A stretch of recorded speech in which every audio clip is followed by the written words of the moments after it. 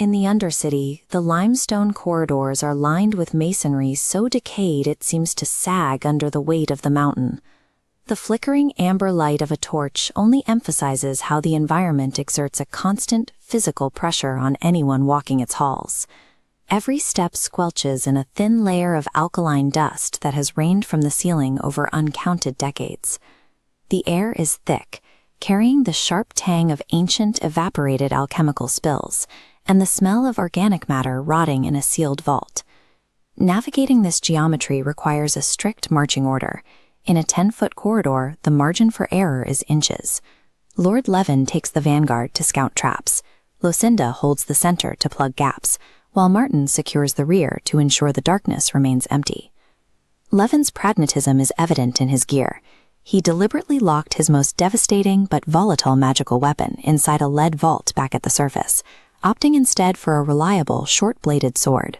By prioritizing these rigid spacing metrics and dependable steel, the party treats the dungeon as a problem of engineering. Survival here is the result of cold, calculated discipline.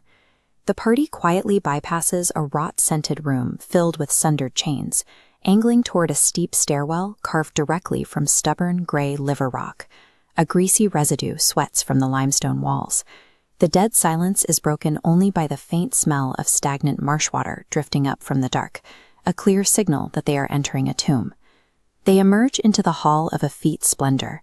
It is massive, 50 feet wide, with high ceilings bearing the faded, decadent frescoes of long-dead potentates. Beneath their boots lies a thick carpet of pulverized bone and rusted iron scrap. The temperature in this grand chamber is profoundly cold. The passive decay of the upper stairs has been replaced by a distinct heavy musk, suggesting that the hazards here are no longer just environmental, but active. As Lavon's boot clears the final step, a dry, rhythmic rattling echoes from behind a cracked marble pillar. 3 ancient, skeletal sentinels pull themselves from the deep detritus of the hall, rising up with a terrifying, mechanical, and practiced precision. The bones of these sentinels gleam with a heavy coat of preserved black lacquer, reflecting the torchlight with an unnatural, resinous sheen. This is the result of ancient necromantic chemistry. The lacquer is derived from the thorn vine of Chu, a toxic resin used to calcify bone and nullify the impact of blunt force weapons. Lavon instantly notes their vulnerability. The heavy resin makes the skeleton's ancient joints brittle, and their rusted falchions are cumbersome to lift. The physics of weapon speed dictates the fight. A heavy falchion requires a wide, slow arc to strike, whereas a short sword uses a rapid, direct thrust. By thrusting immediately, Lavon gains a temporal advantage, severing the threat before the heavy blade can complete its arc. Lavon lunges. His preemptive strike uses the short sword's superior speed to sever the first sentinel's collarbone before it can even begin its swing. Lucinda hits the center. Using the sheer momentum of a wide crescent swing with her massive iron blade, she shatters the second skeleton's ribs. The undead response is sudden and jerky. Their empty eye sockets flare as they bring their heavy falchions down with hollow, whistling force. One rusted blade bites through Lucinda's plate mail. The impact forces the heavy fighter off balance and draws the first blood of the encounter. A second falchion catches Martin across the forearm. The pain forces the ranger into a tactical withdrawal, dropping his longbow to the floor. The party converts these injuries into aggression. Lucinda recovers her footing instantly, bringing her blade up in a crushing vertical cleave that reduces one of the sentinels to gray dust. Martin draws twin short swords from his belt and steps back into the fray, punching both blades through a skeleton's lacquered sternum with a swift double thrust. The rhythm of violence in this world is an unsentimental exchange of calculated blows. Every wound must be instantly answered with a lethal counteroffense. One heavily damaged sentinel remains, swaying precariously in front of Levon. With a cold, detached motion, Levon's blue blade slides into the ancient cervical vertebrae and severs the head entirely. The animating malice dissipates. The remaining skeletal frame collapses to the marble floor into a pile of soot and resin. A heavy, echoing silence returns to the grand hall. The only sounds left are the party's ragged breathing and the persistent dripping of water from the upper vaults. Past the shattered bones, the flickering torches illuminate the far north wall.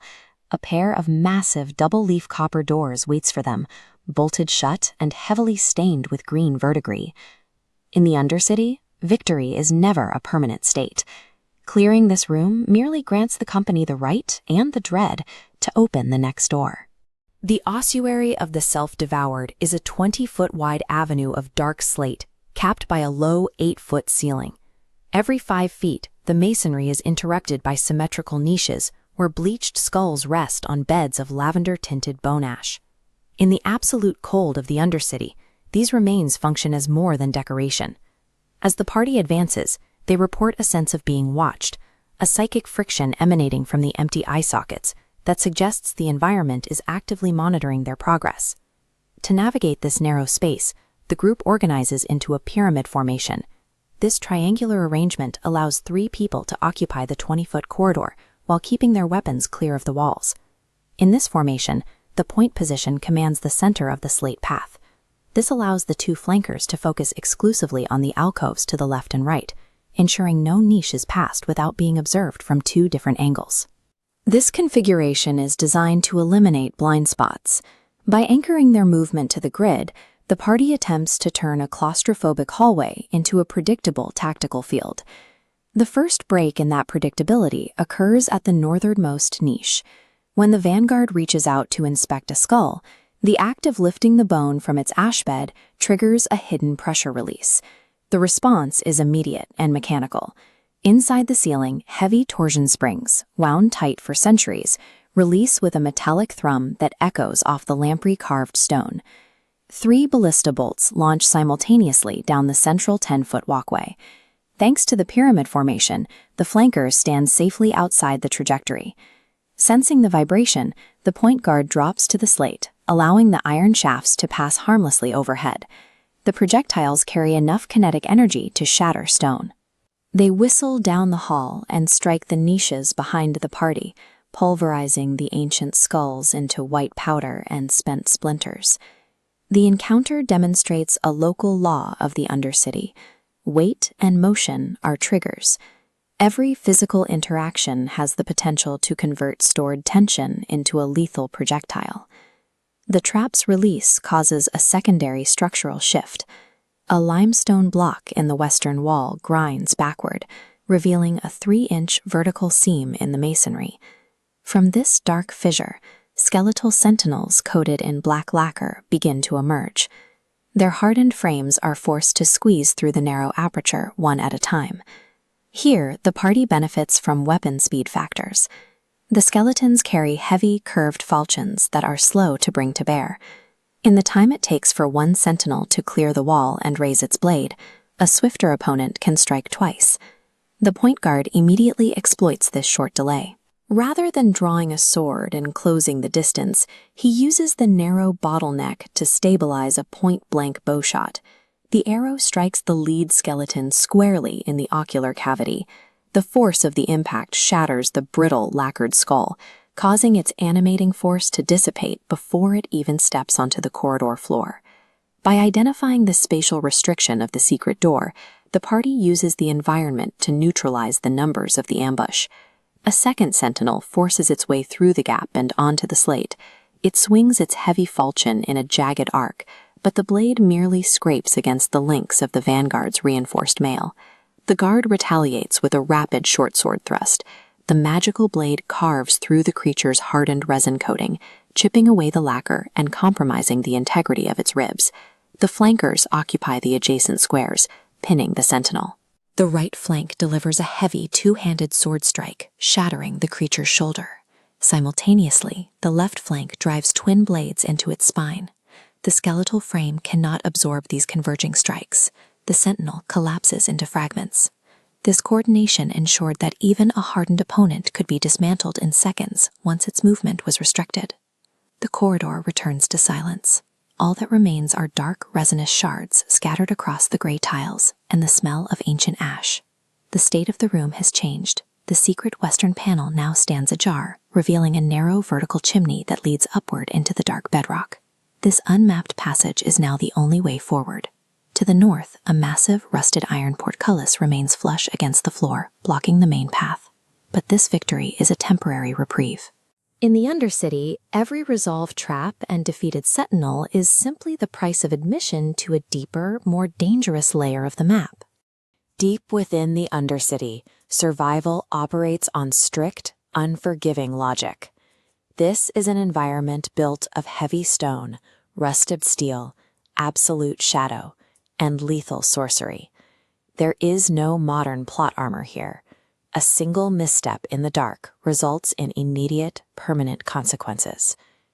This animated diagram breaks down their approach into the 20-foot-wide ossuary of the self-devoured. Levon takes point, Lucinda and Martin hold the flanks. They secure a pyramid formation, locking exactly 10 feet of space between each of the 3 nodes. Levon inspects a pristine white skull resting in an alcove. The moment he lifts it from its bed of bone ash, a hidden mechanism releases. Heavy iron torsion springs snap forward from the unlit ceiling, firing a volley of jagged ballista bolts directly down the center of the corridor. The party's initiative roll beats the trap's mechanical speed. Levon pivots flat to the floor while Lucinda and Martin brace on the flanks. Because they held their rigid 10-foot spacing, the iron shafts whistle through empty air, shattering harmlessly against the walls behind them. They walk away completely unharmed. Survival in this space is not a matter of luck. It is dictated entirely by spatial geometry and initiative mathematics. The trigger trap causes a secondary reaction. A secret stone panel grinds open in the wall, and 2 lacquered skeletons squeeze through the 3-inch gap, armed with heavy falchions. Before the skeletons can even cross the threshold, the party secures the first combat segment. Levon draws his shortbow and rolls a perfect natural 20. The iron-tipped arrow punches directly through the first skeleton's ocular cavity, instantly reducing the hardened bone to a pile of black splinters. With the second skeleton closing into melee range, Levon drops his bow. This timeline chart illustrates why. The enemy falchion has a weapon speed factor of 7. Levon's magical short sword carries an efficient speed factor of 3. This mathematical advantage allows 2 vector strikes to complete before the enemy attack cycle finishes. Levon scores a deep 4-point gash into the skeleton's collarbone before it can land a hit. Following his lead, Lucinda and Martin collapse inward, executing a perfect pincer movement. Lucinda's 2-handed sword delivers 7 points of structural damage to the shoulder, while Martin's short sword pierces the spine for 5. The combined trauma exploits the brittle, resinous joints of the undead, and it collapses onto the slate tiles. Inspecting the newly opened secret passage, the party discovers a 30-foot vertical escape flue and a sealed plum wax scroll case. Stashing the scroll, they decide to bypass the exhausting vertical climb and proceed directly north. That northern route is blocked by a monolithic, iron-reinforced stone portcullis. Its spikes are sumped deep, designed to deny passage to standard infantry. Defeating the gate requires raw, calculated leverage. This force load bar chart shows the math in action. Lucinda applies her base strength of 18, while Levon locks in with his exceptional 18/93 stat. The combined martial output exceeds the static weight threshold, forcing the gate upward. As the iron teeth clear the floor, Martin executes a sharp kick, sliding a loose limestone wedge directly beneath the spikes. He chalks the portcullis exactly 3.5 feet off the ground, securing a safe crawl space for the party. Even immense physical strength falls short if it isn't immediately backed by tactical foresight and structural reinforcement. Scrambling beneath the gate, they enter Area 6. The center of the room holds a 20-foot square cistern filled with opaque black liquid. The surface ripples, and a massive 15-foot-tall Stygian maw pudding heaves its segmented gray protoplasm into the chill air. Levon taps into regional folklore to diagnose the threat. He identifies the creature's greasy hide as highly resistant to blunt trauma and completely immune to sleep enchantments. To destroy it, they must rely strictly on piercing shafts and enchanted steel. The creature lashes out with 3 tooth-lined tendrils. This radius grid maps out the monster's maximum reach from the center of the cistern. Because the party maintains their rigid 10-foot triangle formation on the 5-foot ledge, they sit just outside the threat zone. The tendrils snap at empty air, falling exactly 2 feet short of the armored front line. Over 3 rounds, they systematically dismantle the biological horror. Martin and Levon sink arrows deep into its sensitive central nucleus, while Lucinda cleaves the outer membrane with her heavy iron brand. Levon closes the final gap with the blue blade, slicing the membrane and delivering the last of the 49 points of damage required to curdle its internal structure. Surviving biological threats in the Undercity requires identifying specific weapon properties to break an enemy's anatomy while holding a flawless, mathematically precise defensive perimeter. The combat lock disengages. The gelatinous horror collapses back into the dark water. Absolute freezing silence returns to the dungeon. The party initiates a mandatory 10-minute post-mortem sweep. Levon uses a discarded arrow splinter to scrape the maw pudding's remains into a flask. This highly unctuous, hydrophobic grease is a valuable asset, useful for lubricating frozen mechanisms or repelling subterranean vermin in future encounters. Martin uses his 10-foot pole to dredge the shallow margins of the black sludge. He pulls up a silver signet ring valued at 30 gold pieces and an unmarred 3-pronged iron key. Every ounce is logged into their inventory, their total carried weight recalculated against their base movement rates. Survival in this unforgiving simulation is never granted by fate. It is purchased inch by inch through applied mathematics, spatial competence, and absolute martial discipline.